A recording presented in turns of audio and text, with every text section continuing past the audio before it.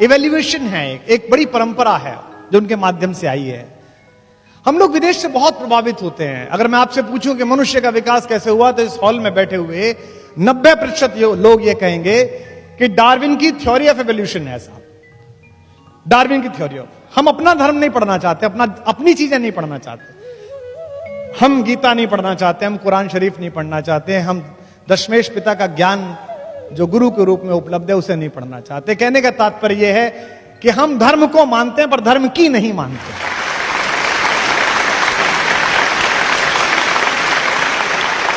लेकिन आप ध्यान से देखें तो भारत में जो दशावतार की परंपरा है, जो हजारों वर्ष पहले, लगभग 5-6 हजार वर्ष पहले, तो इसकी कार्बन रेटिंग के प्रमाण है जिसके लिखे जाने के। डार्विन तो अभी आए हैं 100-200 साल पहले, वो बताकर गया है कि मनुष्य कैसे बना। जैसे डार्विन क्या कहता है, पश्चिम क्या कहता है कि जीवन सबसे पहले कहां शुरू हुआ? जल में शुरू हुआ, पानी में शुरू हुआ। हमारा पहला अवतार कौन है?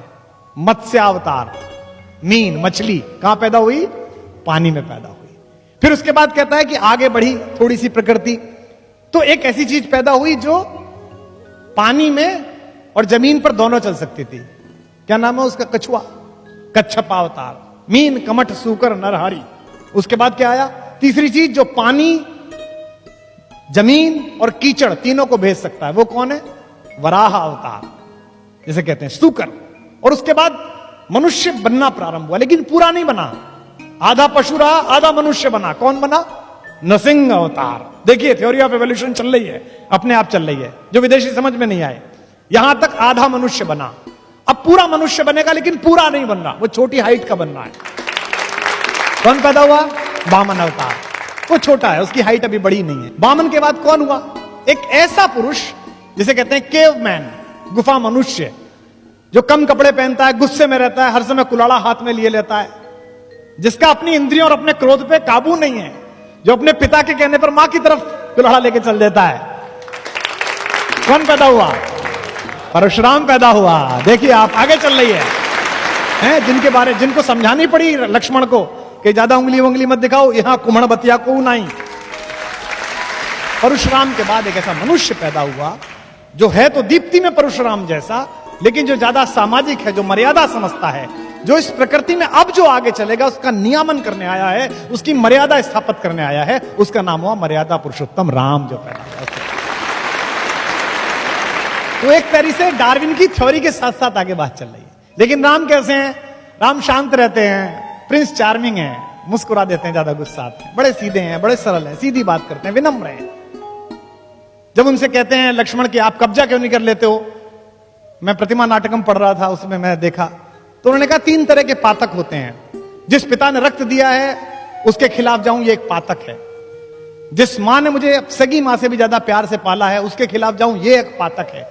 और पाप जिसकी सोच की सीमाओं के बाहर खड़ा होकर पराजित भाव से देखता है, उस भाई भरत के खिलाफ जाऊं, ये भी एक पातक है।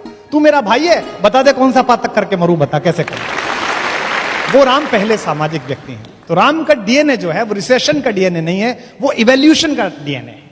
इसलिए उनमें अपने घर के सारे लक्षण हैं। उनके एक पूर्वज है दिलीप, जिन्होंने गाय को बचाने के लिए अपना जीवन उत्सर्ग कर दिया।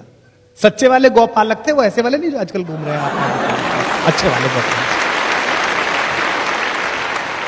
वो उसकी तरह गौ प्रेमी है, गाय को बचाने का संकल्प कहते हैं। विप्र धेनु सुरहित लीन मनुज अवतार। तुलसीदास जी ने कहा विप्र, धेनु और देवताओं और संतों के हित में अवतार लिया है। दूसरे, वो अपने सबसे पुराने पूर्वज हरिश्चंद्र, जिन्होंने मणिकर्णिका घाट पर अपनी पत्नी से टैक्स मांग लिया था, और जब उन्होंने उस साड़ी को फाड़ा, वहीं से सतयुग के समापन की घोषणा हुई। उनका पूर्वज है वो, उसकी तरह है वो। अपने पिता की तरह बात पर अड़ जाने वाले हैं। अगर एक बार कोई बात कह ली है तो वो ही करना है। उनके एक और पूर्वज है भगीरथ, जिन्होंने हजारों वर्षों तपस्या की। मैं गया था हर्षिल में, बापू ने बुलाया था, मुरारी बापू ने, अपनी कथा में कविता पाठ के लिए। हरिशिला वो जगह है, हर्षिल गंगोत्री के पास, जहां बीच गंगा में भगीरथी की धारा में एक बहुत बड़ी चट्टान फंसी हुई है। उसके ऊपर बैठ के हजारों साल तप किया, ऐसा सुनते हैं। तब जाकर गंगा प्रकट हुई और पृथ्वी पर आई, मोक्षदायिनी बनी।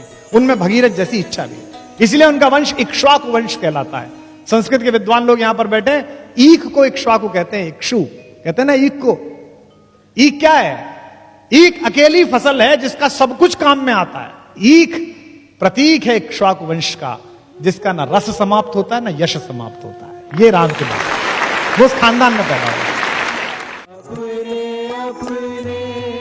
अपने राम अपने अपने अपने